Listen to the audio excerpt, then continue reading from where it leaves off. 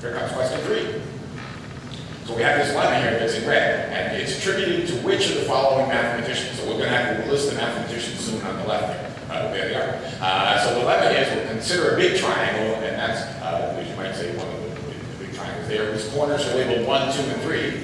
And suppose it's subdivided into smaller triangles that meet nicely along the edges, as you see in the diagrams, such that the edge vertices are labeled with one of the 2 labels from the corners that span the edge. So like, for example, on the left part of the triangle, it has a 1 and a 3, then you would put a 1 or a 3 on that, on the vertices on that edge.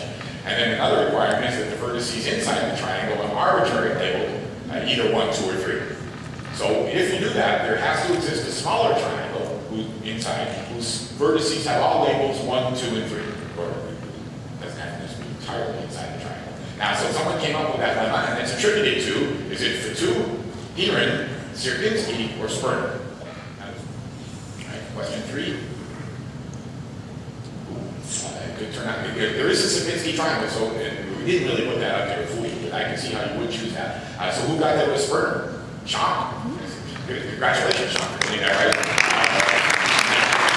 So some of you, if not all of you, may recognize Sean because he won as a 9th grader and he's qualified every year since then. And one time Sean, and maybe his father too, pointed out that he hates our history questions. And so Sean, do you still hate the history questions? Yes. Well, you still do? All right, okay. How'd you get this one? So, I knew it wasn't Heron because it looked kind of hard, and Heron's a Greek mathematician, and everybody knows that ancient Greeks weren't as good as we are now.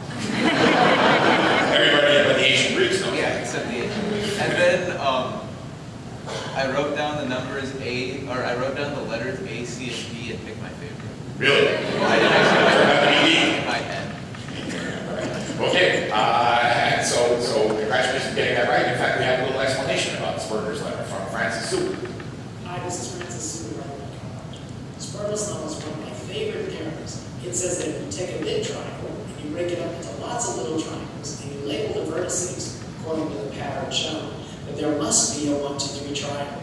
And in this example, there are 3 1, 2, 3 triangles. Sperner's lemma is equivalent to the Brouwer-Fixed point theorem in topology, and that's one of the reasons why it's famous. The Brouwer-Fixed point theorem says that if you take a cup of coffee and you slosh it around, there must be a point in the coffee that is in the same place as it was both before and after the sloshing. Here's a very quick proof of Sperner's lemma. If you think about the triangle as a house with many rooms, and every 1, 2 edge as a door, then walking through these doors leads to paths through this house that basically start at the boundary door and end on a boundary door, or start at a boundary door and go to a 1, 2, 3 triangle. And since there are an odd number of boundary doors and only an even number of them get matched up by paths, there must be a boundary door that matches up with a 1, 2, 3 triangle. This particular proof leads to constructive methods for finding fixed points of functions. And it leads to applications, such as finding computed Nash equilibrium in game theory.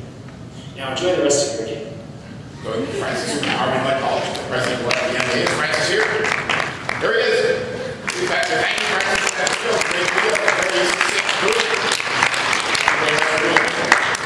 So, Sean, you might have picked C for coffee, but good thing you did.